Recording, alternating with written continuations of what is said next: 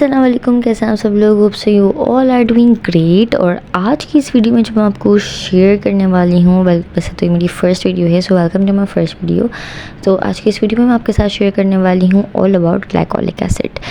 कि आज मैं आपको, जैसे कि सारे जो होते हैं यूट्यूबर्स, सब आपको नहीं बताते कि एक्चुअल में करता क्या है, होता क्या है, और कुछ लोगों को तो इसके बारे में पता ही नहीं है। तो आज की इस वीडियो में मैं आपको बताऊँगी what exactly glycolic acid is, what is glycolic acid actually, okay, what does it do, how to use ordinary glycolic acid, and who should use it and who should not use it। और and में जो मैं आपको कुछ pro tips भी देने वाली हूँ इसको सेफली यूज़ करने के लिए, ठीक है। तो ये मेरे पास प्रोडक्ट है और इस प्रोडक्ट के अंदर जो ये प्रोडक्ट कंटेन करता है, ठीक है, ग्लाइकोलिक एसिड इस टाइप ऑफ EHA।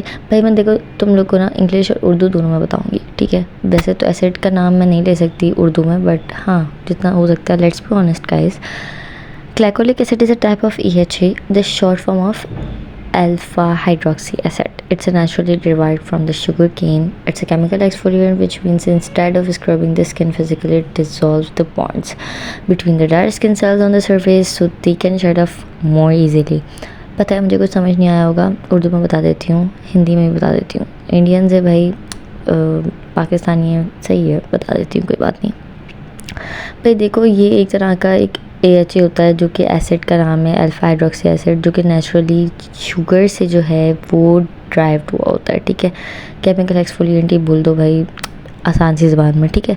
तो ये केमिकल एक्सफोलिएंट होता है जो कि हमारी स्किन की डेड स्किन सेल्स रिमूव करता है, स्किन के ऊपर की जो डेड लेयर होती है उसको रिमूव करता है, ठीक है। और हमारी स्किन में डीपर जाके हमारी स्किन को और effective brightening, smoothening and resurfacing करता है, ठीक है। अब मैं तुम्हें ये भी बताऊँगी एक्चुअल में करता क्या है, ये भी बताऊँगी कि मेरे साथ क्या क्या किया इसने, यानी मुझे एक्चुअल में किस चीज़ में फ़ायदा हुआ है। देख सकते हैं आप लोग, मैंने इसको कितना ज़्यादा यूज़ किया हुआ है। मैंने अपना पूरा वो सेटअप चेंज किया आपको दिखाने के लिए कि मैंने एक्चुअल में इसको कितना यूज़ किया हुआ है। बल्कि सिर्फ मैंने ही नहीं, मेरी पूरी फैमिली वालों को भी मैंने यूज़ करवाया है और उनके भी बहुत ज़्यादा अच्छे वो थे, मतलब मुझे इससे कोई शिकायत नहीं थी, ठीक है।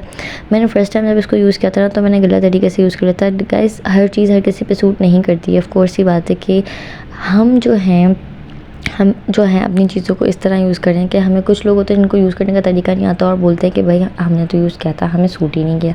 कुछ लोग होते हैं जिनको एक्चुअल में सूट नहीं करता है, but this is a product जो हर स्किन टाइप्स पे सूट करेगा। ज़रूरी नहीं है कि भाई आप ये बोलो कि भाई हम पे सूट नहीं किया, हम पे सूट नहीं किया। ये भी तो हो सकता है ना कि आपने यूज़ नहीं किया हो सही तरीके से, अपने स्किन टाइप के अकॉर्डिंग नहीं यूज़ किया हो, ठीक है ना। तो ये एक ऐसा प्रोडक्ट है जो मैं कह सकती हूँ कि भाई ऑलमोस्ट हर skin, normal to dry to combination, normal to oily skin, हर किसी पे सूट कर सकता है, ठीक है ना। तो अब मैं आपको ये बताने वाली हूँ कि अब मैंने आपको ये बता दिया कि ये एक्चुअल में होता क्या है, ठीक है, क्या क्या करता है हमारी स्किन पे, क्या क्या कर सकता है। ये भी बताऊंगी कि हम स्किन पे कहाँ कहाँ यूज़ कर सकते हैं और मैंने कहाँ कहाँ यूज़ किया है। अब हर जगह मत यूज़ करने लग जाना, कहाँ कहाँ यूज़ कर सकते हैं और कहाँ कहाँ यूज़ करके एक्चुअल में आपको फ़वाइद मिलेंगे, ठीक है। तो सबसे पहले तो मैंने आपको बता दिया कि ये डीपर जाके हमारी स्किन को अच्छे से एक्सफोलिएट करता है, इसकी कोई शिकायत नहीं है, वाकई में करता है, ठीक है। हाइपर पिगमेंटेशन को बहुत कम करता है। अच्छा, अब ये करता क्या है, अब ये तो मैं बताना स्टार्ट हो ही गई थी, खैर।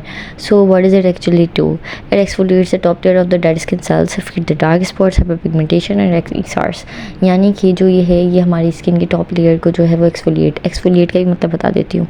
एक्सफोलिएट मतलब हमारी स्किन के ऊपर जो मरी हुई चमड़ी होती है उसको हटाता है और बहुत अच्छे से एक्सफोलिएट करता है। ये एक तरह का टोनिंग सॉल्यूशन है गाइस।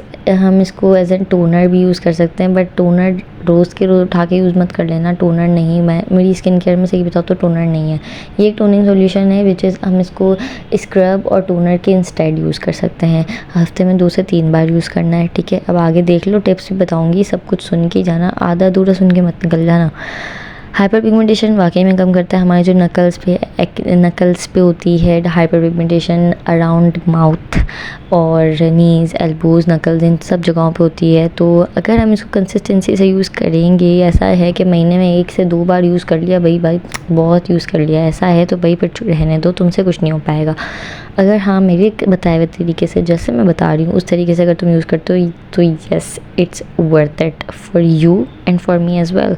सो या अब जो है वो एक्नी स्कार्स, सही बताऊँ ना तो मैंने एक्नी स्कार्स पे ना तो यूज़ किया है, ना तो मैंने यूज़ किया है, और ना ही मैं ये बोलूँगी कि एक्नी स्कार्स। हाँ, डार्क स्पॉट्स कह सकते हैं कि डार्क स्पॉट्स को फेड करेगा, ये नहीं कह रही हूँ ख़त्म कर देगा, उसके लिए एक अलग से सीरम आता है, डार्क स्पॉट करेक्टिंग सीरम, तो तुम वो यूज़ कर सकते हो अगर तुम्हें अच्छे रिजल्ट्स चाहिए तो, वरना इसका भी कोई मसला नहीं है, ये भी यूज़ कर सकते हो। फेड तो कर ही देगा ना, ना मामा से काढ़ो मामा साड़ो।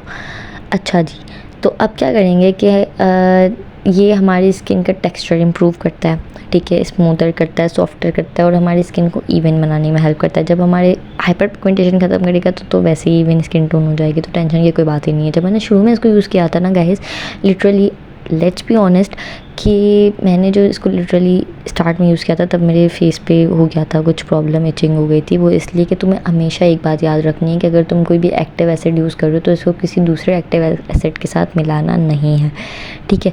और मैंने जब इसको यूज़ किया था ना तब मैंने इसके अकॉर्डिंग, यानी जैसे इसको यूज़ करना चाहिए उस हिसाब से यूज़ नहीं किया था। मैंने किस हिसाब से यूज़ किया था कि जैसे कि मैंने किस हिसाब से यूज़ किया था, मैंने हाथ में लिया और मुंह पे ले लिया, या फिर वो जैसे नॉर्मल टोनर नहीं है स्किन पे सीधा लगा लेते जैसे राइट्स टोनर और हो गया, मैंने वो समझा था इसको, तो it was my mistake. But इसके बाद जब मैंने इसको इसके तरीके से जैसे इसको यूज़ करना चाहिए वैसे इसको यूज़ करना स्टार्ट किया तो फिर मुझे अच्छे रिजल्ट्स मिले। मैंने नोटिस भी किया मेरी स्किन शाइनियर ब्राइटियर हो रही है, ठीक है, तो इसमें कोई मसले वाली बात नहीं है। तुम्हें यूज़ करने का तरीका आना चाहिए तो तुम भाई कामयाब हो, ठीक है। अच्छा जी, तो अब जो है हमारी स्किन का कोलाजन बूस्ट करता है, हमारी स्किन में कोलाजन की प्रोडक्शन को इम्प्रूव करता है, ठीक है, और हमारी स्किन को और यंगर लुक देता है। अब यंगर यूज़ करने लग जाएंगे तो ओल्डर तो फिर साइड पे बैठ जाएंगे। बहुत यंगर लोग यूज़ करना स्टार्ट मत हो जाना भाई, 13 से 14 साल की उम्र नहीं, तुम 18 के हो, वैसे तो टीनेज में भी कर सकते हैं, 16, 17, 16, 17, ठीक है, कर सकते हो, क्योंकि मैं खुद भी 17 की हूँ तो कर सकते हो, पर 18 से करो तो ज़्यादा बेहतर है। पर 16 से भी तब करना स्टार्ट किया था मैंने, क्योंकि मेरे 16 से तो नहीं, खैर 17 से किया है, और मेरी स्किन पे अगर मुझे लग रहा था ना कि भाई हाँ अब ज़रूरत है तो क्या था, कुछ भी उठा के इन्फ्लुएंसर्स लगा रहे हैं तो हमें भी लगाना ज़रूरी है भाई, वरना हम मर जाएंगे, ऐसा नहीं होना चाहिए, ठीक है। तो अब मैंने आपको ये बता दिया कि ये क्या क्या करता है, ठीक है। In short it's a gentle resurfacing hero for you, okay. So how to use, अब यूज़ कैसे करना है भाई, ये कोई सीरम नहीं तुमने उठा के मुंह पे लगा लिया मेरी तरह और हार्श करा लिया स्किन को, नहीं, ये एक टोनिंग सॉल्यूशन है, इसको टोनर की तरह यूज़ करो। टोनर, कुछ टोनर्स को हम टोनर पैड पे यूज़ करते हैं, मतलब टोनर पैड पे लगा के यूज़ करते हैं, कुछ टोनर को हम सीधे ही मुंह पे रगड़ लेते हैं, जैसे राइस वाला हो, उसमें कोई एसिड नहीं होता है, ठीक है। और कुछ टोनर होते हैं जो स्प्रे वाले होते हैं, बट वो पुराने हो गए, अब पता नहीं आते हैं कि नहीं, बट मैंने आपको तीनों टाइप्स के बता दिए। अब जो है ना, आपको अगर आपकी ड्राई स्किन है ना तो अच्छे से फेस को क्लेंस करना है, अच्छे से मुँह को धो लेना है अच्छे से, उसके बाद जो है वो थोड़ा सा कॉटन पैड पे लेना है, जैसे मैं ले रही हूँ, ठीक है, उस लेकर मतलब 2-3 कतरे नहीं डाल देना, ऐसा ना हो बिल्कुल ही कम हो, ऐसा ना हो बिल्कुल ही ज़्यादा हो कि निचोड़ दो तो आधा से ज़्यादा ग्लाइकोलिक एसिड उसमें निकल गया, नहीं भाई ऐसे मत कर लेना भाई। ऐसे डालना कि जो पैड है ना वो गीला भी हो जाए और टपक ना हो, ठीक है। अच्छा, यूज़ कब कब करना है, रात को यूज़ करोगे तो अच्छा बेनिफिट मिलेगा, दिन को कर लोगे तो कोई मसले वाली बात नहीं है। पर अगर मैं अपना तरीका बताऊँ ना तो मैं इसको दिन में भी यूज़ करती हूँ। रात को मैंने दिन में यूज़ करने के बाद ये होता है कि इस डब्बे पे मेंशन हुआ हुआ है कि भाई आप इसके बाद अपनी स्किन केयर भी कर सकते हो और मेकअप भी कर सकते हो, तो इसमें कोई मसले वाली बात नहीं है कि अगर आपने इसके बाद अपनी स्किन केयर की है, मेकअप किया है। बट मैं क्या करती हूँ, इसको लगाने के बाद 10 मिनट के लिए स्टे दे देती हूँ, तो ये पूरा एब्जॉर्ब हो जाता है, जितना काम इसको करना होता है ना उस 10 मिनट में ये कर लेता है। उसके बाद फिर ये पूरे दिन स्किन पे लगा हुआ होता है, तो उसमें भी कोई रॉकेट साइंस नहीं है, कोई मसले वाली बात नहीं है, कोई तुम मसला नहीं हो जाएगा ज़्यादा कोई, ठीक है। तो अगर रात को यूज़ करोगे तो अच्छी बात है, तो स्किन पे उसको काम करने के लिए ज़्यादा टाइम मिलेगा, ठीक है। 2 से 3 बार हफ्ते में लगाना है। अच्छा जी, अब जेंटल मॉइस्चराइज़र को फॉलो अप करना है, यानी कि जेंटल मॉइस्चराइज़र के बगैर, मैं सही बताऊँ तो मैं उसका यूज़ करती हूँ डर्मी का, ठीक है, जैन फार्म का यूज़ करती हूँ, which is oil free moisturiser. मेरी स्किन इतनी तेल वाली है ना कि हर वक्त तेल ही छोड़ती रहती है, तो इसीलिए मैं जो है वो वाला मॉइस्चराइज़र और सेरावी का non greasy sunblock use करती हूँ। तो ग्रीसी नहीं होता तो मेरे फेस पे वैसे ही ऑयल नहीं आता, तो वो ऑयल वो कंट्रोल कर लेते दोनों मॉइस्चराइज़र मिलके। मेरे मॉइस्चराइज़र में SPF 20 है और उसमें जो है उसमें SPF 50 है, ठीक है। तो टोटल जो है मैं SPF 70 डेली लगाती हूँ, which is most important. Sunscreen भी बिल्कुल स्किप नहीं करनी है, ठीक है।